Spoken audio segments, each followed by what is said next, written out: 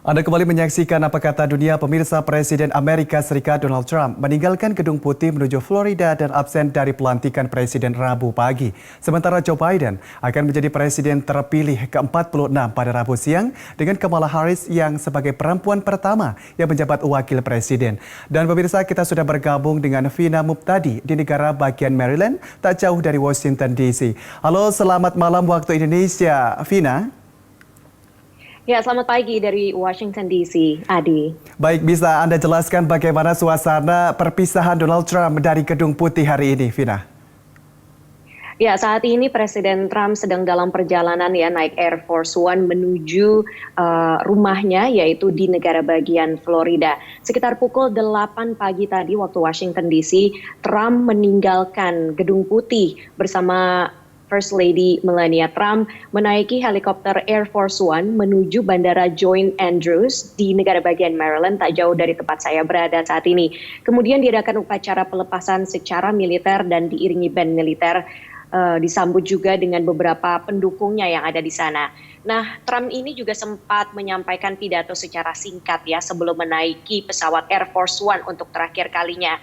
Dalam kesempatan tersebut, Trump sekali lagi menekankan mengenai berbagai pencapaiannya, mengklaim prestasi-prestasinya yang telah dilakukan selama 4 tahun belakangan.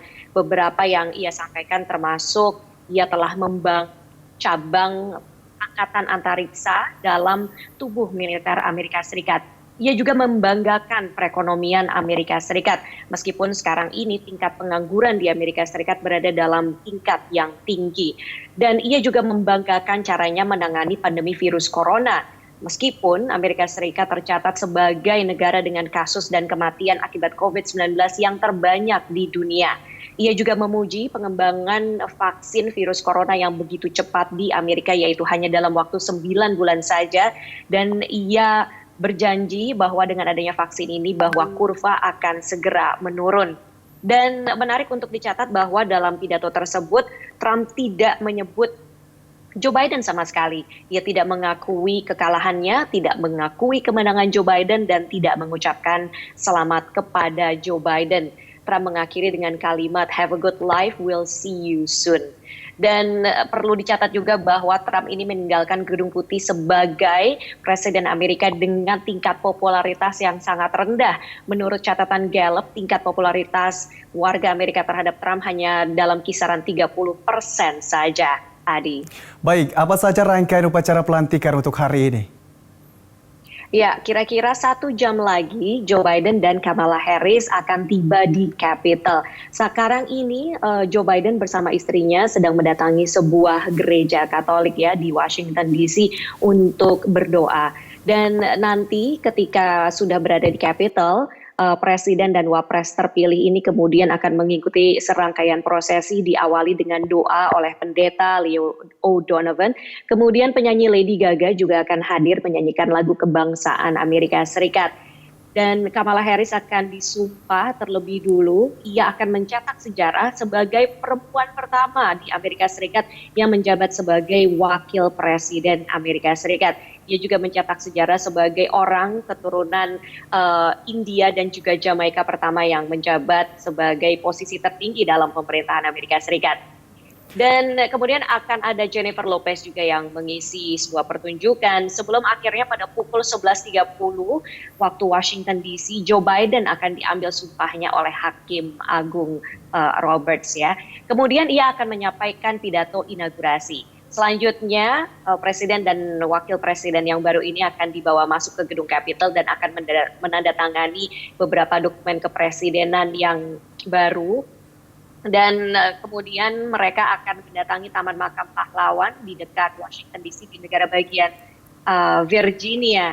Dan karena inaugurasi kali ini berada di tengah pandemi virus corona, tidak ada parade yang biasanya dilakukan beramai-ramai dari Gedung Capitol ke White House. Sebagai gantinya akan ada parade secara virtual yang bisa disaksikan oleh rakyat Amerika.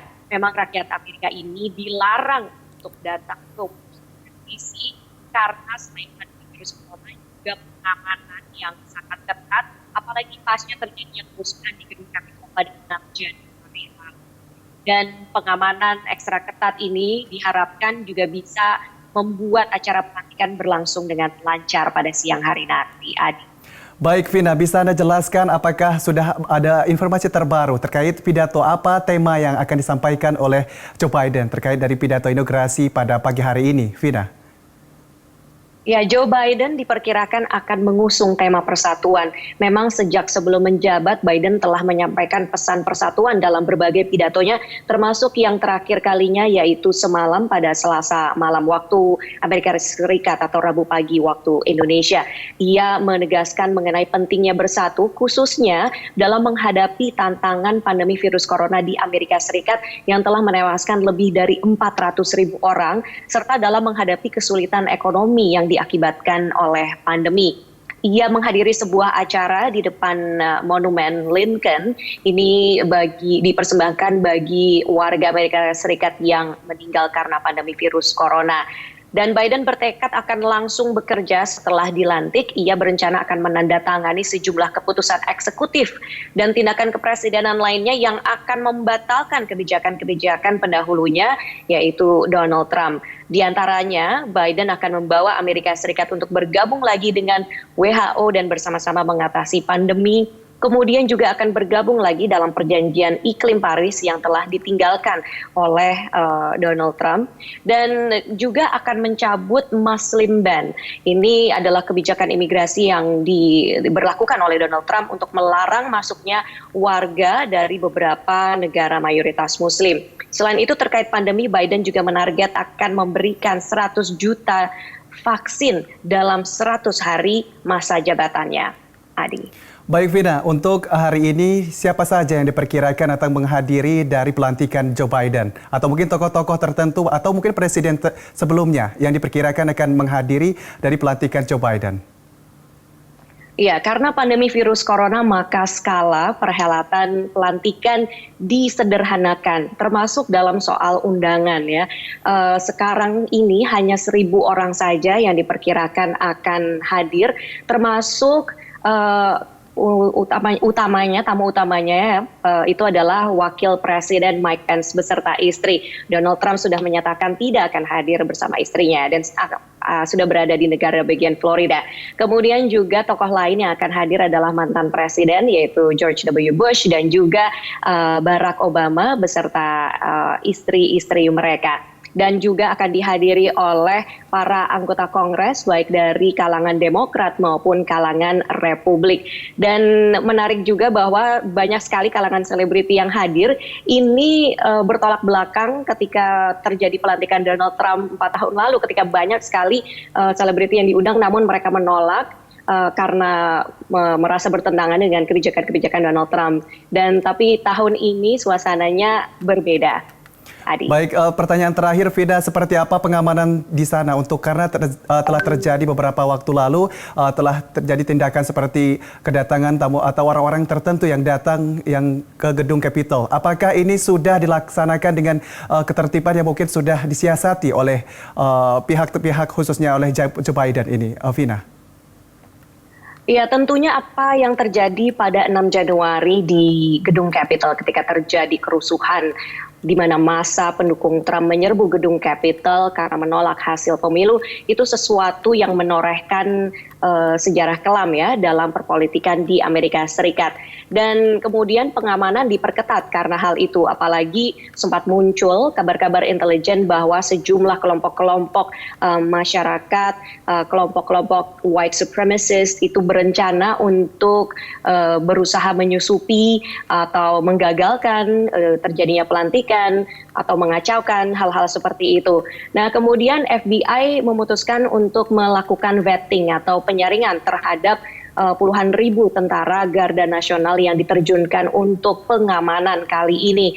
Dan dari hasil vetting tersebut, 12 orang diantaranya diketahui memiliki kaitan dengan kelompok supremasi kulit putih ataupun pernah menuliskan pesan teks di media sosial atau di teks yang mengkhawatirkan, sehingga ke-12 orang ini akhirnya dibebas tugaskan dari tugas pengamanan inaugurasi pada hari Rabu ini. Selain pengamanan oleh FBI dengan melakukan vetting itu, juga pengamanan dilakukan dengan menutup banyak sekali ruas jalan di di sekitar Washington DC, terutama di area Capitol dan juga Gedung Putih, dipasangi barikade, pagar-pagar tinggi, kawat-kawat berduri, belum lagi pengamanan tidak hanya dari Garda Nasional tapi juga dari kepolisian Capitol, Taman Nasional, Border Patrol dan lain-lain, semua diterjunkan untuk berusaha mengamankan sehingga tidak terjadi lagi seperti apa yang terjadi pada 6 Januari lalu, dan upacara pelantikan transisi kekuasaan